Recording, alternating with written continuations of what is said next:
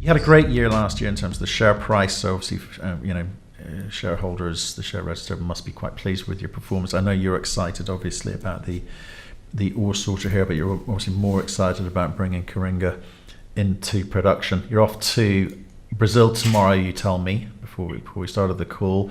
What are you going to do?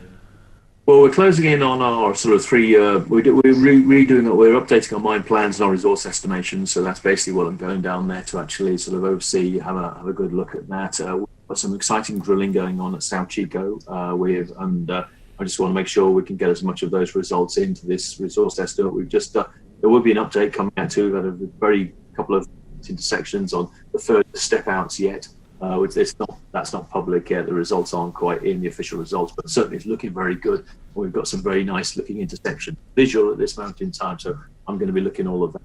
Coringa, that's obviously going on very well. We're as you know, we talked about this last time. We have Greenstone, the convertible loan coming in at the end of next month, and that'll of course be the catalyst to us to start to work at Coringa, starting the decline and getting underground. And again, the exciting thing about that is getting underground, getting the bulk sample done, getting that out to Palito and see how that responds to ore sorting as well. So it's, I'm completely sold on the whole thing. I mean, I must admit when we all talked about this about 2 years ago, it seemed it was scary.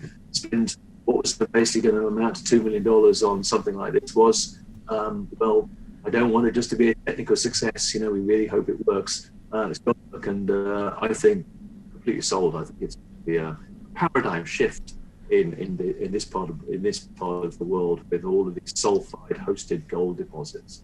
I think it's going to be a terrific. No, I think that's what the shareholders bought into last year when the share price was moving rapidly up, having been stagnant for so long. A couple of $1 million and a payback of, I say, less than a couple of years, 18 months to 24 months. Fantastic. But also the ability to double your production and get up towards that wonderful 100,000 ounce a year number is got to be in the crosshairs for you. I mean, Coringa could get you up to 80,000, and with your exploration at Sao Chico, you've got to be aiming higher, haven't you? Yes, and I think the ease of mining the Sao Chico ore body, that's why we put a lot of effort on exploration there, and we also get a bigger bang for our buck with our exploration work that we do there.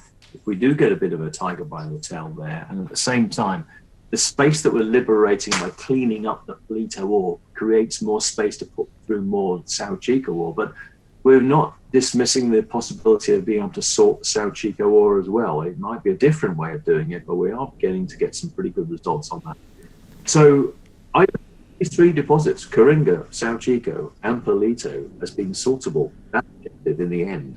And we're going to squeeze, as I was always saying, my comment there, grades and tons cost. We're always going to try and get the grade up as much as possible and not just chase scale, but chase quality, so we can actually get to 100,000 ounces with it mining as high a grade as possible, so we don't actually have the enormous throughputs that a lot of 100,000 ounce producers have to get that level of production. It's that's the name of the game.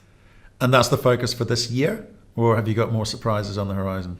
I think if we get a nice big resource increase at Sao Chico and we get successful, we get on the ground at Coringa and we bring back a bulk sample, and that works very well with the ore sorter, and Palito's achieving its 45, I'd be very happy with that outcome.